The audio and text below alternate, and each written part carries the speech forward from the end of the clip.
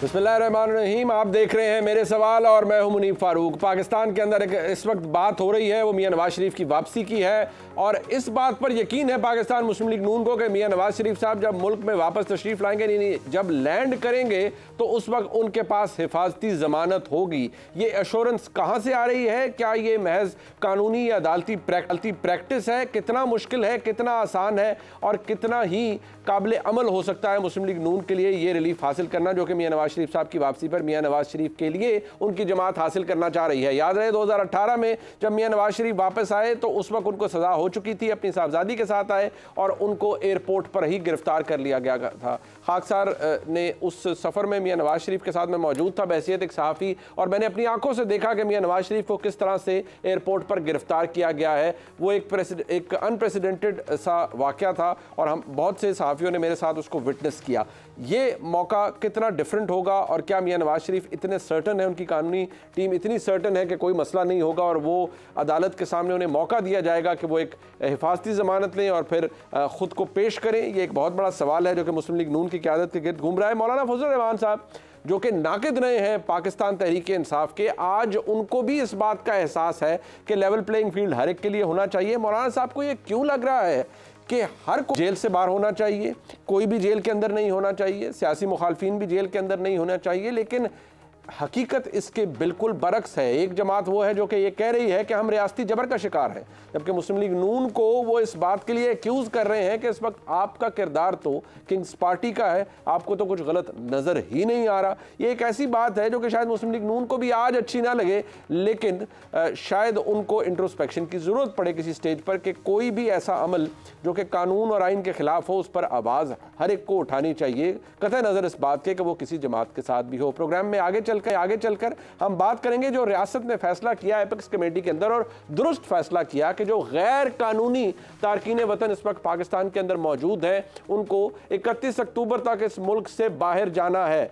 ये वो लोग हैं जो कि अनरजिस्टर्ड हैं, इस मुल्क में गैर कानूनी मौशी सरगर्मियों में इन्वॉल्व हैं, गैर कानूनी क्रिमिनल एक्टिविटीज़ के अंदर। क्रिमिनल एक्टिविटीज़ यकीन तौर पर गैर कानूनी होती हैं, लेकिन ऐसी एक्टिविटीज़ जो कि ट्रैक ट्रेस ही नहीं हो पाती क्योंकि ऐसे लोग पाकिस्तान के डेटाबेस के अंदर रजिस्टर्ड ही नहीं है। अगर रियासत पाकिस्तान ने फैसला किया है कि ऐसे लोगों को अब पाकिस्तान छोड़ना चाहिए और अगर किसी ने पाकिस्तान में रहना है तो बाकायदा तरीके से कानूनी प्रोसेस को फॉलो करते हुए ही रहना चाहिए, तो इस पर एतराज़ क्यों हो रहा है? दुरुस्त कॉन्टेक्स्ट में इस बात को रखेंगे। इस वक्त जो सूरत हाल है कि हमास ने बहुत बड़ा अटैक लॉन्च किया है इसराइल के ऊपर और अगर देखा जाए 2014 के मुकाबले में अब को तो 2014 में लिखा जाता है कि उस वक्त जो टोटल रॉकेट्स फायर किए गए थे और वो एक लंबा स्पैन था जिसके अंदर उन रॉकेट्स की तादाद जो कि हमास की तरफ से किए गए थे उनकी तादाद तकरीबन 4000 थी। यहाँ एक सिंगल डे में बताया जा रहा है कि 5000 से ज़ायद रॉकेट फायर किए गए हैं।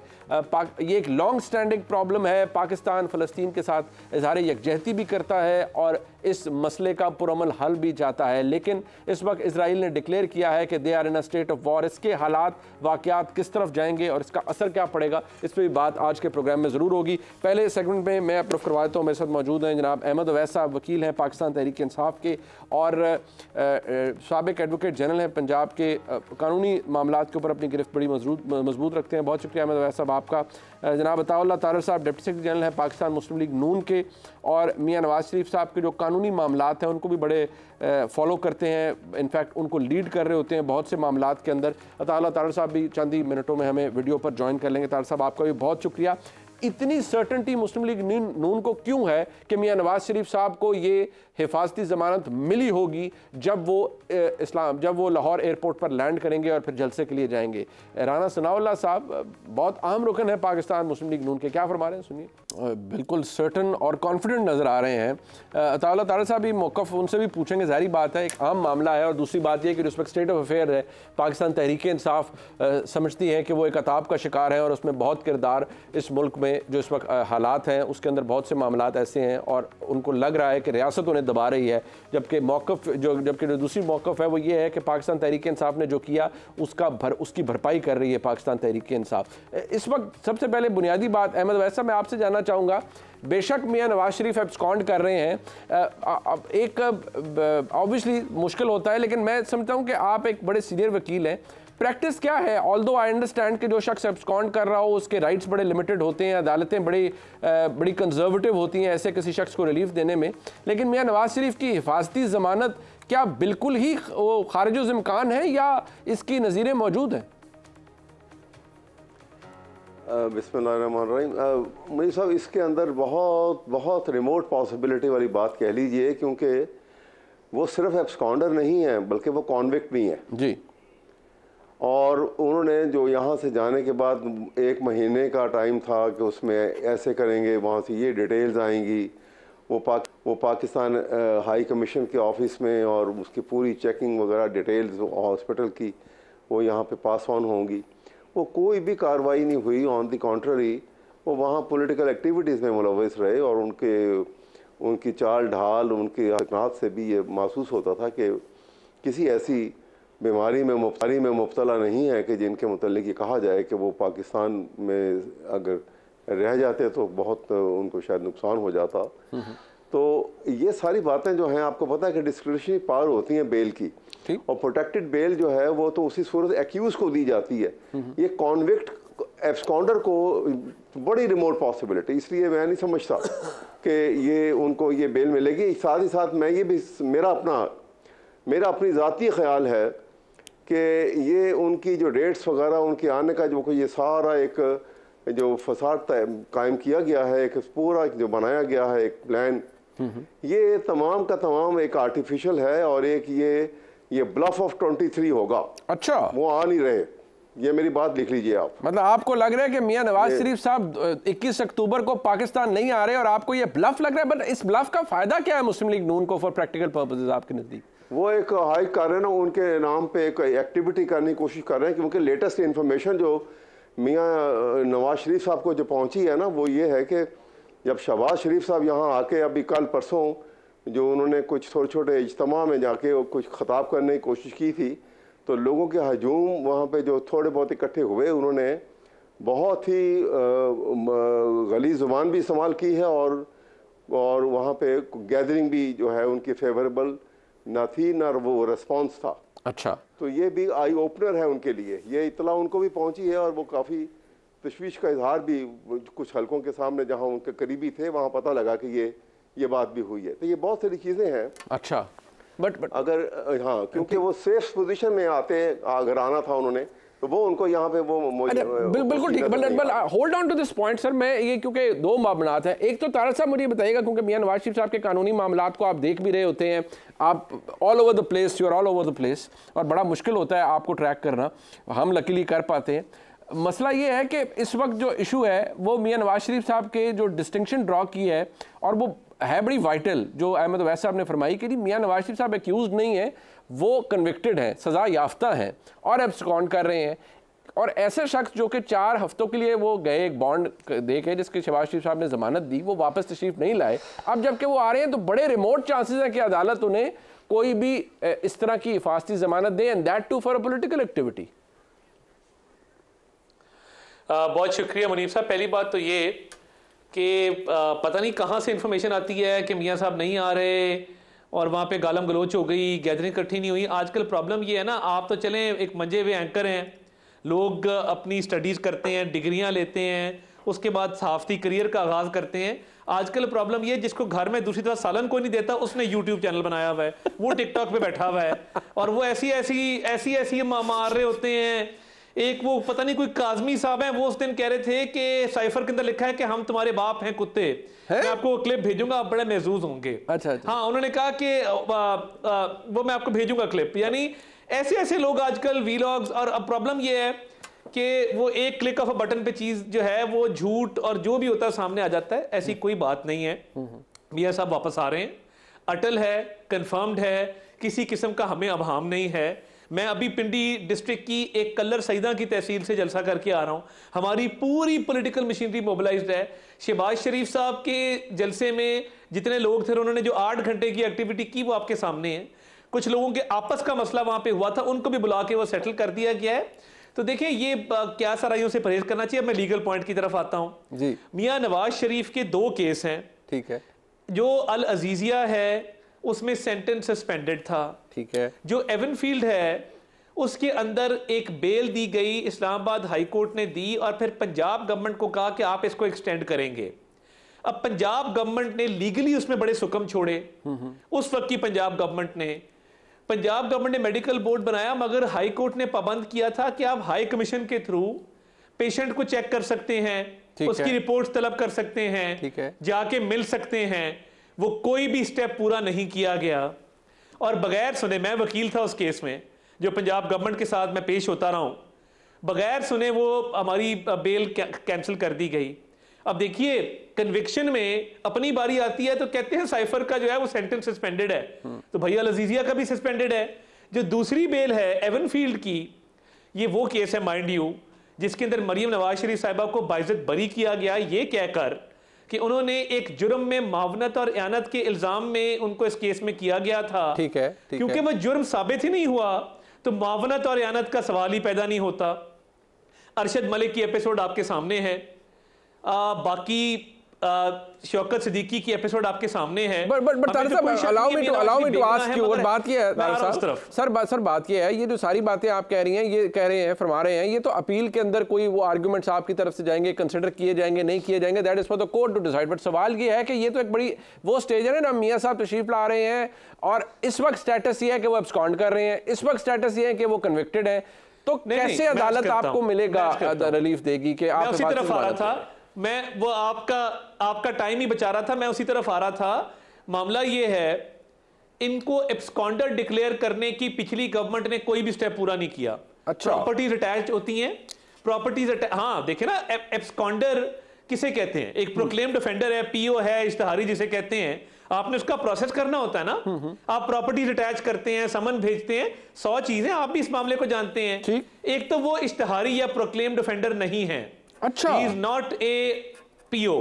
जी, नंबर टू उनकी दोनों अपीलों में, एवनफील्ड में, अल-अज़ीज़िया में, इस्लामाबाद हाई कोर्ट ये कह चुकी कि जब वापस आएंगे रेजरेक्शन ऑफ अपील होगी। जी, अपील रिवाइव होगी। ठीक है, और कानून में बहुत सारे प्रेसिडेंट्स और जजमेंट्स मौजूद हैं जहां पर एब्सकॉन्डर भी हो, कॉन्विक्ट भी हो, वो कानून के सामने आ जाए, कानून को अवेलेबल ना हो, कानून के सामने सरेंडर कर दे तो उसको सिंपैथेटिकली ट्रीट किया जाता है और बेल भी ग्रांट कर दी जाती है। तो बेल का तो कोई इश्यू नहीं है। हम कौन सा कह रहे हैं कि उनकी कन्विक्शन रातों रात ओवरटर्न हो जाएगी, हम बेल की बात कर रहे हैं। ठीक है, तो बेल तो एज ऑफ राइट मिलती होती है, तो मिल जाएगी, इसमें क्या प्रॉब्लम है? अरे नहीं, वो बात ठीक है तारड़ साहब, आपने कहा, लेकिन मेरी ये बात बड़ी अचंभे की है, मैं जरा इसके ऊपर इसलिए क्योंकि आपने कहा कि जो प्रोसेस होता है और वो वाकई होता है। अहमद अवैस साहब, अगर वो प्रोसेस साहबका हुकूमत ने, आप क्योंकि एडवोकेट जनरल भी थे, लाहौर हाई कोर्ट ने मियां नवाज शरीफ साहब को बाहर जाने के लिए कहा था, वो बॉन्ड भी लाहौर हाई कोर्ट में सबमिट किया गया जिस पे शहबाज शरीफ साहब के साइन थे। बट सवाल ये है कि क्या प्रोसेस अडॉप्ट किया गया था मियां नवाज शरीफ साहब को एब्सकॉन्डर डिक्लेयर करने का? इसमें ज़रा एजुकेट कीजिएगा। ये पूरा प्रोसेस हुआ पड़ा है, उसमें पूरा मुकम्मल है, उसमें डिटेल सारी आ चुकी हुई हैं, ऑर्डर भी मौजूद हैं, वो डिक्लेयर हो गया था। और अभी जैसे तारड़ साहब फरमा रहे हैं कि उनको कहते हैं ना कि वो सरेंडर करेंगे, ठीक है सरेंडर करेंगे, उसके बाद आपको मालूम है कि जब भी पेंडिंग अपील हो जी, तो कॉन्विक्ट जो होता है उसको ये हक हासिल होता है कि वो 426 CRPC के तहत जी सस्पेंशन ऑफ सेंटेंस के लिए अप्लाई करता है। ठीक, अब यहाँ पे इनकी फर्स्ट इंस्टेंस तो गालिबन सुप्रीम कोर्ट से 426 के तहत इनकी पिटीशन जो थी वो खारिज हुई थी, जब गालिबन उस वक्त खोसा साहब जो थे वो चीफ जस्टिस थे। बहरहाल वो एक प्रोसेस है, उसको अडॉप्ट करेंगे तो जरूर कानून के मुताबिक जो तरीक़ेकार है वो होगा। ठीक है, लेकिन ये इनको प्रोटेक्टेड बेल जो है इस सूरत के अंदर, क्योंकि ये ऐसी रिलीफ है जो कंसेशन उसको लिए अवेलेबल नहीं होती, जिनके ऊपर ये दो कदगन जो है या ऊपर आती हैं, ये एक बुनियादी कानून है, बेतहाशा इसको जजमेंट मौजूद है। ठीक, अच्छा, मैं जरा अगर इस तरफ इसको मामले को लाऊं, अब जरा थोड़ा सियासी बात भी हो जाए अहमद अवैस साहब। अब तो खैर मौलाना फजल रहमान साहब, उनको भी ये लग रहा है कि किसी को भी जेल में नहीं होना चाहिए, सब बाहर होने चाहिए, वो क्या फरमा रहे जरा सुन लीजिए। और आपका पता नहीं शायद तहरीक इंसाफ का ही मौक़िफ़ नजर आ रहे हैं, या सबको अंदाज़ा हो रहा है, हर एक को लेवल प्लेइंग फील्ड चाहिए, सिर्फ इस वक्त मुस्लिम लीग नून को नहीं चाहिए क्योंकि उनको शायद मिल चुकी है। इसलिए मैं जिससे जंग लड़ता हूँ फिर उसकी भी हाथ खुले होने चाहिए, मेरे भी हाथ खुले होने चाहिए। मेरा मुखालिफ कैद में हो, मैं उसके खिलाफ जलसे और तकरीरें करूँ, मज़ा नहीं आया। मैं चाहता हूँ हर सियासतदान के लिए कि वो जेल से बाहर। ये वैसे बड़े अच्छे जज्बात हैं मौलाना फजल रहमान साहब के, लेकिन यहाँ केसेस बड़े गंभीर नौइयत के हैं अहमद अवैस साहब। तो ये लेवल प्लेइंग फील्ड तो फिर शायद मौलाना साहब भी कह रहे हैं मिलनी चाहिए, लेकिन ये शायद दस्तयाब तहरीक इंसाफ के हमारे दोस्तों कहते हैं बिल्कुल नहीं है। आपको क्या लगता है कितनी हद तक ये मिल सकती है तहरीक इंसाफ को बहैसियत जमात, कंसिडरिंग के जो मामलात इमरान खान साहब के हैं इस वक्त? देखिए, बात यह है कि जो बिल्कुल एक ग्राउंड रियलिटी है, ये इलेक्शन की डेट क्यों फिक्स नहीं हो रही? इलेक्शन की डेट इसलिए फिक्स नहीं हो रही कि जितने भी सर्वे आते हैं, सर्वे रिपोर्ट्स हैं, अभी गैलप सर्वे हुआ जी, हर सर्वे रिपोर्ट में इमरान खान की पॉपुलैरिटी जो है वो इतनी ज़्यादा आगे है बाकी तमाम पॉलिटिशियन से और पॉलिटिकल पार्टी से कि वो सबसे बड़ा फैक्टर है जो लेवल प्लेइंग गेम के रास्ते में आ रही है उनके, और उसी वजह से इलेक्शन की डेट भी नहीं दे रहे हैं ऐसा लगता है। लेकिन पाकिस्तान के लिए मैं से ये समझता हूँ कि इन तमाम बातों को भूल जाना चाहिए।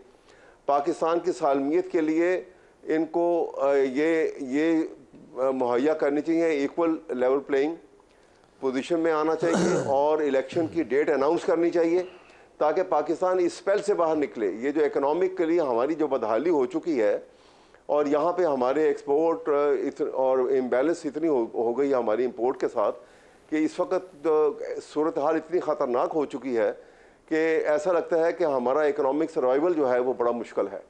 यहाँ पे उसके लिए कोई भी हुकूमत आ जाए, मैं बिला तखसीस बात करता हूँ कि कोई हुकूमत आ जाए इलेक्शन जीत के 5 साल के मैंडेट से जो आएगी वो पाकिस्तान के इकोनॉमिक्स के ऊपर बहुत ज़्यादा तवज्जो भी देगी और वो जल्दी से हालात सुधरने भी लगेंगे। ठीक है, लेकिन ऐसी अनसर्टनिटी जो सिचुएशन इस वक्त है, अनसर्टन सिचुएशन, ठीक है, इसमें हालात कोई संभाल नहीं सकता। कोई बड़े से बड़ा आ जाए, कोई कितनी ताकत का इस्तेमाल कर ले, ये हालात नहीं काबू आएंगे कभी भी जब तक के यहाँ पे एक ऐसी हुकूमत नहीं आएगी कि जिसको कि एक मैंडेट होगा। अच्छा, ये एक्चुअल रिप्रेजेंटेशन ऑफ पीपल, बिल्कुल तारड़ साहब, ये एक्चुअल रिप्रेजेंटेशन एक जमात, अब तक मौलाना साहब भी कह रहे हैं कोई अंदर हो और मैं बाहर जलसे करता फिरूं, पता नहीं शायद उन्होंने आपको ज़हन में रख के नहीं कह दिया कि इधर इमरान खान साहब अंदर है, इधर मियाँ साहब आएंगे और वो अपनी ताकत का मुजाहरा करेंगे, तो शायद वो मेरे ख्याल में जिक्र कहीं कहते कहते आपकी तरफ ही कह गए हैं। अब आपने खुलम खुला काम करना है और इधर इमरान खान साहब कैदोबंद की सहूलतें बर्दाश्त करें तो मज़ा नहीं आएगा। आपका सियासी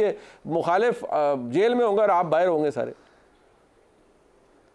हाँ तो ठीक है, फिर सारे जेलों के दरवाजे खोल दें और इजाज़त दे दें कि इलेक्शन की आड़ में कत्लो गारत, दहशतगर्दी, डकैती और अगवा बराए तवान आज से फ्री है।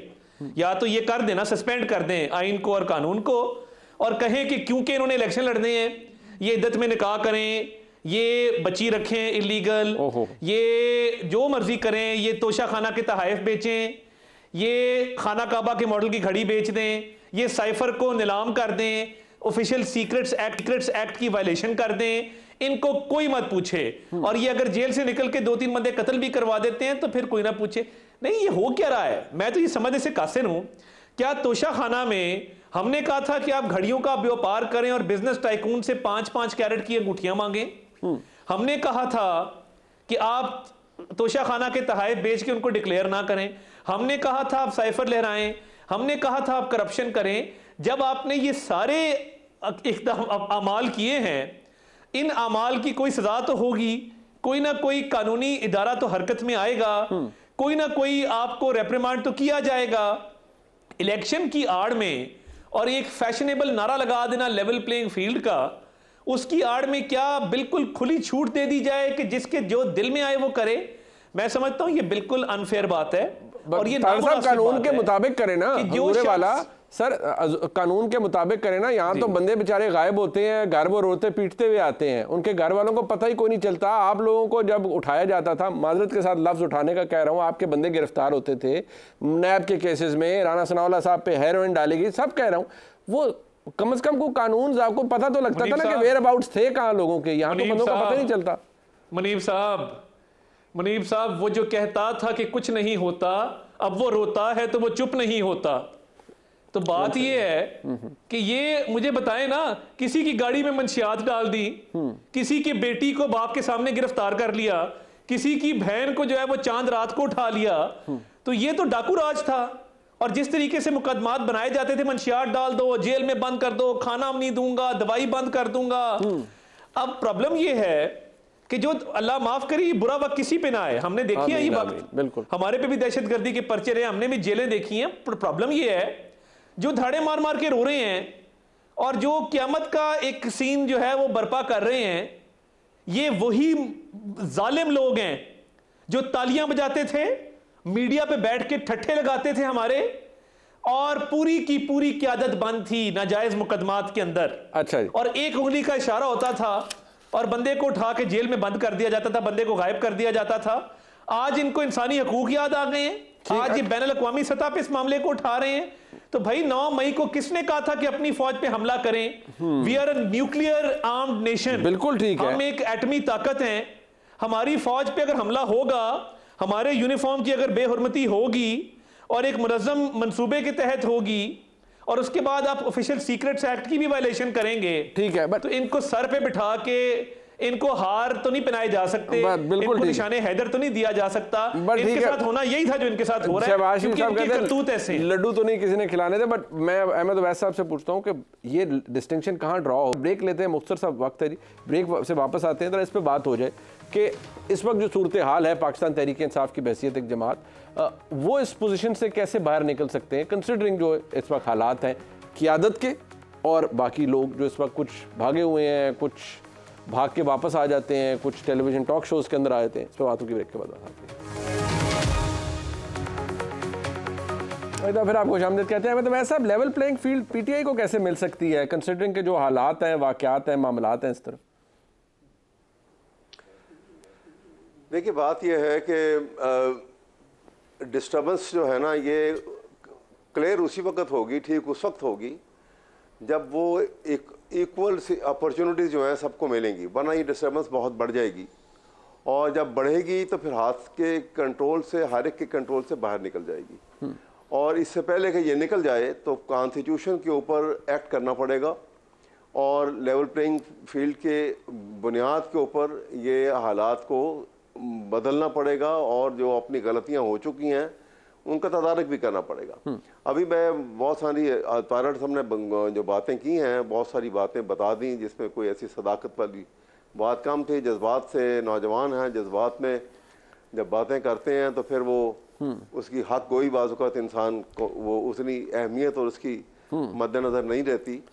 मेरा कहने का मकसद ये है कि देखिए, इमरान खान को आपने जज करना है ना, तो आप देखिए कि 2021 के अंदर पाकिस्तान के फॉरेन एक्सचेंज रिजर्व जो थे वो सबसे ज़्यादा थे। ठीक, वो 24 बिलियन डॉलर उस वक्त रिजर्व थे, एवर हाईएस्ट पाकिस्तान की तारीख के। अच्छा जी। और उसके बाद जिस वक्त ये हमारे शहबाज शरीफ आ गए और इनकी पीएडीएम की हुकूमत आ गई, तो 1.5 साल में आपने देखा कि रिजर्व जो है वो 2 बिलियन से भी नीचे चले गए।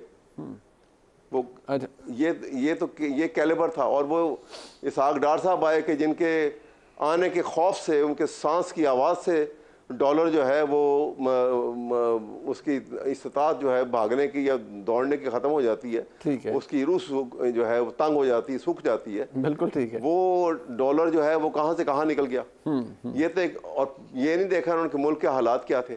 इससे पहले मैं आपको एक बता दूं कि जिनके मुतल्लिक अब ये एक तासुर दिया जाता है कि जी वो तो रईस अपने रईस थे।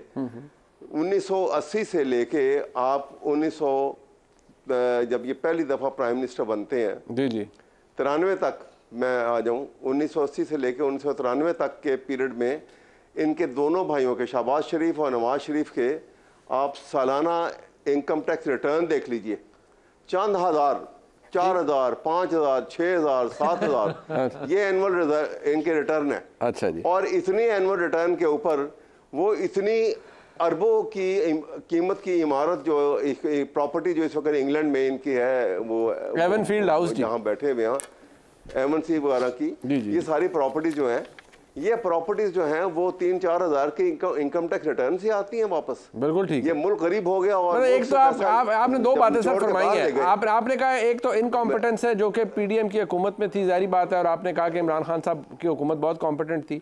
दूसरी बात आपने फरमाई कि मैंने बताया कि अच्छा फिर देखिए आप, दूसरी आपने इनकी कोविड का जमाना आया। जी जी जी, कोविड के जमाने में आपको सिर्फ बताना चाह रहा हूँ, कोविड के जमाने में उन्होंने तो पैसे तकसीम किए गरीब लोगों में, ताकि वो हालात थे जो डेली वेजेस वाले काम नहीं कर सकते थे। और उसके साथ साथ उन्होंने, आपने देखा कि 21 का पीरियड था, ये 2021 का, जी जी जी, उसमें 37 बिलियन का मैक्सिमम एक्सपोर्ट हुआ है पाकिस्तान का। अच्छा जी। और उसके मुकाबले में आपने देखिए शहबाज शरीफ साहब ने बेड़ा गर्क कर दिया उन्होंने, ठीक। और आटा बांटने में शायद खाकान अब्बासी साहब का इल्जाम है, किसी और का नहीं है, ठीक है। उन्होंने कहा कि 20 बिलियन उसमें से ये जो है एम्बेजलमेंट हो गया। अच्छा चले, अब ये केस जो है इट इज इन दी ऑफिंग। बिल्कुल। तो बात ये, अब जहाँ पे तोशा खाने की बात करते हैं, तोशा खाने में इमरान खान ने तो जो प्रॉपर्टी उन्होंने वहाँ से उसकी अमाउंट पे करके दे के जब वो मालिक हो गए, उसके बाद एक मालिक अपनी प्रॉपर्टी को जैसे भी इस्तेमाल करे, इन्होंने जो किया हुआ है, अभी तोशाखाना केस जो है इनके खुलने हैं। जी जी जी। अभी तो जो, क्योंकि वो लेवल प्लेइंग फील्ड नहीं मिल रहा। अच्छा। अभी तो इलेक्शन कमीशन जो है वो उनकी इंस्ट्रक्शन लेके चल रहा है, लेकिन आज नहीं तो कल ये डिटेल सामने जब आएगी। मियां साहब वाला केस है तो नैब के पास आ चुकी है सामने। ये जो मियां साहब वाला तोशाखाना वो नैब के पास अभी है, अभी बाकी डिटेल भी सामने आएंगी सारी। बिल्कुल। अच्छा चले, तो आप देखेंगे कि उस वहां पर भी जो एक इनकॉम्पिटेंस है और दूसरी करप्शन है। बिल्कुल ठीक। लेट तारड़ साहब रिस्पॉन्ड। तारड़ साहब, आप इनकॉम्पिटेंट भी हैं, करप्ट भी हैं, और कंसिडरिंग जो टैक्स रिटर्न्स का भी हवाला दिया, देखिए मैं अब क्या कहूं कि 1979 में बिगेस्ट स्टील इंडस्ट्री एशिया की किसकी थी। पॉलिटिक्स में आए हैं अर्ली 80s के अंदर जी। इत्तेफाक ग्रुप ऑफ कंपनीज थ्राइव कर रहा था। भुट्टो ने क्या नेशनलाइज किया था? कुछ था तो नेशनलाइज किया था ना। अंडे, मुर्गी, कट्टा बच्चा तो नहीं नेशनलाइज कर दिया था। कोई फैक्ट्रियां थी, कोई ग्रुप ऑफ इंडस्ट्रीज थी, उन चीजों को नेशनलाइज किया था ना। तो उसका मालिक कौन था बता दें। तो मतलब वो बात ये है, मियां नवाज शरीफ मर्सिडीज पे जाते थे कॉलेज, अभी तक गवर्नमेंट कॉलेज की तस्वीरें आपके सामने हैं। उनकी दुबई में उस वक्त इंडस्ट्री थी। तो मैं हैरान हूं कि ये चंद हजार का जो ये बता रहे हैं, पॉलिटिक्स में तो बहुत बाद में आए हैं। जब वो पॉलिटिक्स में आए तो he was known as a young successful businessman, business tycoon कहा जाता था। बहरहाल इनकी अपनी हिस्ट्री है, हमारी अपनी है, क्योंकि यहाँ पे तो आपको पता है कि सोने के अंडे देने वाली मुर्गियां इनके पास मौजूद थी। कभी जिंदगी में इमरान खान ने ना बटवा रखा है, ना गाड़ी अपनी, ना घर अपना, ना किचन का खर्चा अपना। जहांगीर तरीन आधा खर्चा उठा रहा है, आधा अलीम खान उठा रहा है। वो चले गए, नए स्पॉन्सर, नए फाइनेंसर आ गए हैं। कोई एक अपनी चीज जो वो इस्तेमाल करते हो नहीं करते, आदत ही नहीं है ना। इधर से चोरी की, उधर से अमानत में खयानत की, ये तो हिस्ट्री है। जब बनी कादा का पूछो तो ये मेरे साहबका जो ससुराली हैं यहूदी, उन्होंने दिया है। अच्छा। जब फ्लैट का पूछो तो फ्लैट बेच दिए थे, कर्जा अदा कर दिया था, आए बाएं शाएं। न्याजी ऑफशोर सर्विसेज लिमिटेड किसकी है कोई पता नहीं है। ठीक है। और सादिक और अमीर बन के फिर रहे हैं सुप्रीम कोर्ट की, इसमें डिटेल दी हुई है सारी। करप्ट हाँ, वो दी हुई है, साकिब निसार ने दी हुई है। वो तो आप खुद घर में बना लेते और साकिब निसार के दस्तखत कर देते, फिर भी वैलिड होती। तो वो बिल्कुल बड़ी अच्छी दी हुई है, A1 बिल्कुल। तारड़ साहब, आज आपको लेवल प्लेइंग फील्ड मिली है, पीटीआई के पास तो नहीं है ना तारड़ साहब, ये तो मान जाओ ना होना। सर पीटीआई के पास क्या नहीं है? पीटीआई जब बनाई गई है, मुझे बताए ना कैसे बनी है। मैं अब बहुत ज्यादा कोई ऐसे अल्फाज इस्तेमाल नहीं करना चाहता, मगर अननेचुरल बर्थ थी ना। इधर से इसका बाजू मरोड़ा, उधर से उसका कान खींचा, चलो तरीके इंसाफ के अंदर रातों रात जो पार्टी बनाई हो वो उसी तरह डिसमेंटल हो रही है ना। किसका कसूर है? हम 2018 में सिंगल लार्जेस्ट पार्टी थी पंजाब में, बनी थी। हम इलेक्शन जीत रहे थे, हम कौमी असेंबली का इलेक्शन जीत रहे थे। ये जिस तरह बनाई गई तरीके इंसाफ, उसी तरह it has foreign like a house of cards. हमने भुगत लिया, तारीख ने हमें सजा दे दी। हमने मुशर्रफ के 10 साल अपोजिशन में गुजारे, हमने पिछले 4 साल फस्तायत का मुकाबला किया, हमारी पार्टी साफ हो गई, हमारे जो लोग हैं फिल्टर आउट होके खड़े हो गए। इस तरह नहीं था कि एक एक बंदा भाग रहा है, एक उस कोने में रो रहा है, एक उधर भाग रहा है, कोई गिर रहा है, कोई पटक रहा है। किसी को जेलम का चौधरी है, उसने इतनी दौड़ लगाई है मेरा ख्याल है वो शायद अगर इसको पाकिस्तानी ओलंपिक्स में भेजते मैराथन के लिए शायद ये कोई अच्छा साबित होता हमारे लिए खिलाड़ी। ये तो इनके हालात हैं और हमें करप्ट इनकॉम्पिटेंट कहते हैं जिनके अपने पल्ले कुछ नहीं है। चले I wish we could have continued this debate, but Tariq साहब आपका और जनाब अहमद वैस साहब आपका इस सेगमेंट में बहुत शुक्रिया। प्रोग्राम में जब वापस आएंगे, एक प्रोपेगेंडा ये भी किया जा रहा है कि जो गैर कानूनी तारकीन वतन पाकिस्तान में है, अगर उनका इनखला इस वक्त रियासत ने फैसला किया कि होना चाहिए, उनको निकाल देना चाहिए, उनको चले जाना चाहिए इस मुल्क से, तो उसमें हर्ज क्या है, इस पर एक डिबेट हम ज़रूर रखेंगे। और इसका मौशी इम्पैक्ट पाकिस्तान पे क्या रहा है, गैर कानूनी मौशी सरगर्मियाँ जो पाकिस्तान में हुई हैं जिनमें गैर कानूनी तारकीन वतन इन्वॉल्व रहे हैं, उसका इम्पैक्ट पाकिस्तान की मईशत पर क्या है, उस पर बात करेंगे। रियासत ने फैसला किया, एपेक्स कमेटी के अंदर ये फैसले हुए कि गैर मुल्की तारकीन वतन को पाकिस्तान से जाना चाहिए और उनको 31 अक्टूबर तक उनका इनखला लाजमी है। लेकिन इस पर बहुत ज़्यादा प्रोपेगेंडा भी किया जा रहा है। लेकिन पाकिस्तान ने बहुत बड़ी हिट ली है, ना सिर्फ मौशी तौर पर बल्कि सिक्योरिटी, ये एक नेशनल सिक्योरिटी इशू है। अब इसके अंदर क्या फ़ैसले लिए गए हैं और एक्चुअली इसका इम्पैक्ट अब आएगा क्या अगर ये पाकिस्तान सक्सेसफुली कर पाता है। इस पर बात करने के लिए हमारे साथ मौजूद हैं ब्रिगेडियर रिटायर्ड राशिद जंजुआ साहब, जो कि एक दिफाई तज्ज़ियाकार हैं। बहुत शुक्रिया साहब आपका। और जनाब खाकान नजीब साहब हमारे साथ मौजूद हैं, इकनॉमिक एक्सपर्ट हैं और जो मुल्क की इकनॉमिक एक्टिविटी है या जिस हाल में इस वक्त मुल्क है इकनॉमिकली, उसको बड़ा अच्छा वैल्यूएट करते हैं। खाकान साहब आपका भी बहुत शुक्रिया। ब्रिगेडियर साहब, मैं सबसे पहले आपसे पूछना चाहूँगा, ये फैसला तो हो गया, बट ज़रा लोगों को एजुकेट कीजिएगा कि ये किस तरह की एक्टिविटीज़ में गैर कानूनी तारकीन वतन एसेंशियली इन्वॉल्व रहे हैं और अब ये कितना आसान है उनका इनखला करना।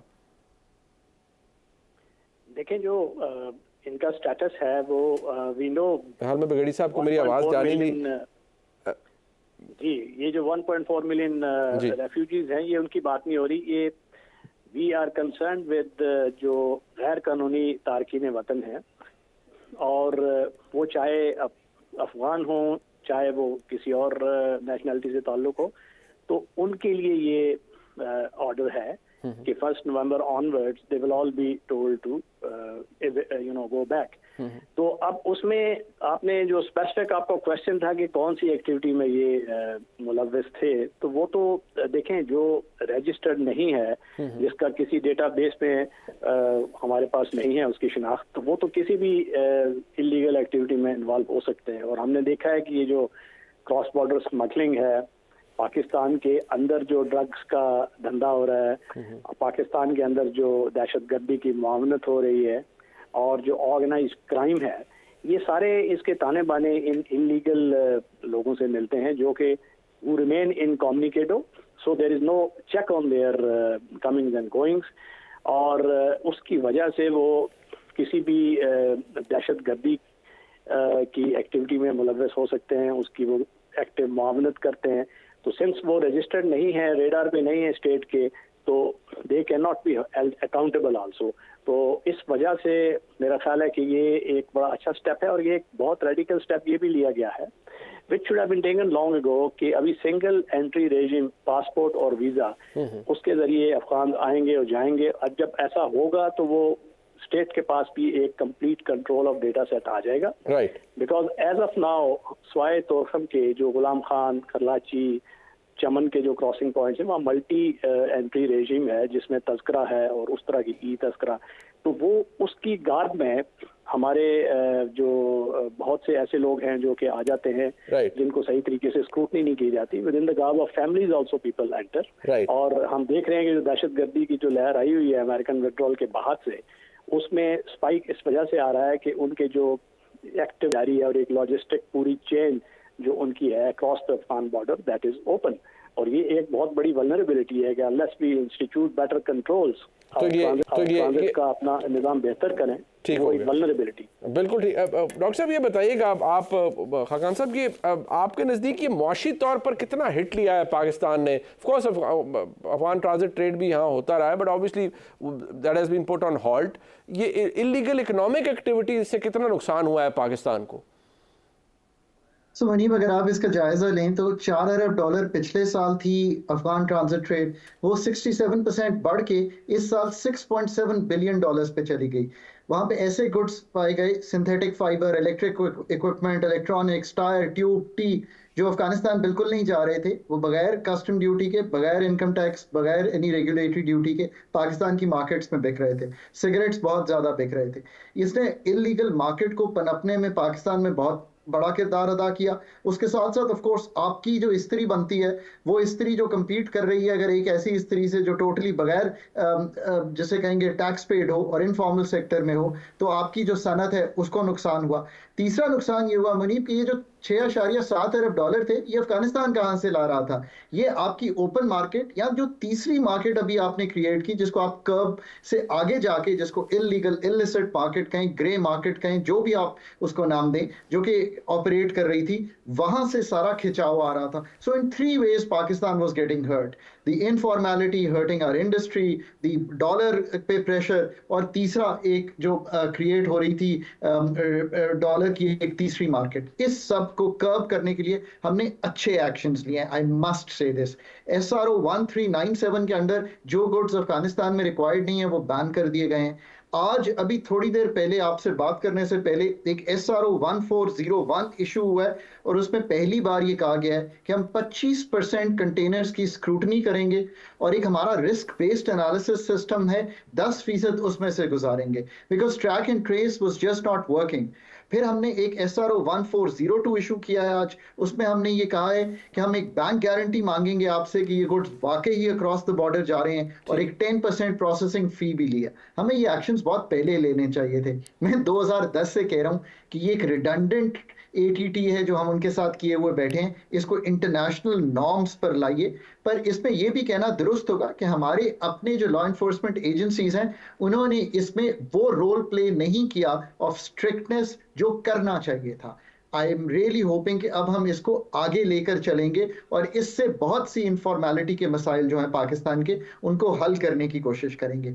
अब पॉलिसी एक्शंस भी कुछ आ गए हैं, बट ये ओवर टाइम हमें कंसिस्टेंट रहना है। इसमें भी कोई मैजिक बुलेट नहीं है, जैसे किसी चीज में कोई मैजिक बुलेट नहीं होती। ठीक, बिल्कुल ठीक। Towards the very and an entirely different subject, but Brady साहब, I would like to have your point of view on this. इस वक्त इसराइल ने कहा है कि we are in a state of war, जो वहाँ पर इस वक्त सूरत हाल है। इन वन सिंगल डे 5000 से ज़्यादा रॉकेट हमास की तरफ से फायर किए गए हैं। ये इसका इम्पैक्ट क्या आएगा ऑन द रीजन आपके नज़दीक? इसका इम्पैक्ट वो आएगा कि जो इसराइल का प्राइम मिनिस्टर UN में उसने पूरा मैप को रीड्रॉ करके ग्लोट किया था कि अभी वी आर रीमेकिंग, हम उसको मिडल ईस्ट को, और एक एमिटी होने जा रही थी सऊदी अरेबिया, और उनमें अब्राहम अकॉर्ड्स के तहत UAE और बाकी ममालिक जो बहरीन वगैरह ऑलरेडी उनके साथ बड़े क्लोजली इंटीग्रेट हो चुके हैं। तो it was looking as if Israel will come close to सऊदीया and then a new era of peace with Israel dominating, Palestinians marginalised, वो हो जाएगा। मगर ऐसा इस कॉन्फ्लिक्ट को देखते हुए ये सामने एक हकीकत आई है कि जो नेगेटिव पीस होता है, एब्सेंस ऑफ वार, वो पॉजिटिव पीस नहीं होता। बिल्कुल ठीक। पॉजिटिव पीस ये है कि उसमें कॉजेज को रिमूव, अब ये कॉज सिमर कर रहे थे। ये 2000 आपने देखा है कि 6 ऑनवर्ड जब से ये पैलेस्टीनियंस और फतह में और इसमें हमास में तकसीम हुए हैं, तो ये ओपन एयर एक प्रिजन बन गया है। तो इसको प्रैक्टिकली उन्होंने उसका अभी भी इजराइल जो है ना उसकी ऑक्यूपाइंग फोर्स है, उसमें वो उसकी मैरीटाइम को कंट्रोल कर रहे हैं, उसकी जो एयर स्पेस को कंट्रोल कर रहे हैं। तो उसमें जब सफोकेट होती है एक कम्युनिटी, तो फिर लामहला उसकी तरफ से रिएक्शन आता है। ये अच्छा नहीं है, not good for the region, not good for the peace, but ये रियलिटी है और इसको भी international community should douse these flames और इसको जितनी जल्दी किसी सीज फायर इसका हल। बहुत बहुत शुक्रिया जनाब डॉक्टर खाकान नजीब साहब और राशिद जंजोर साहब हमारे साथ मौजूद थे। प्रोग्राम आपने देखा जी, फीडबैक दीजिएगा, देखेंगे। शुक्रिया, खुदा हाफिज़।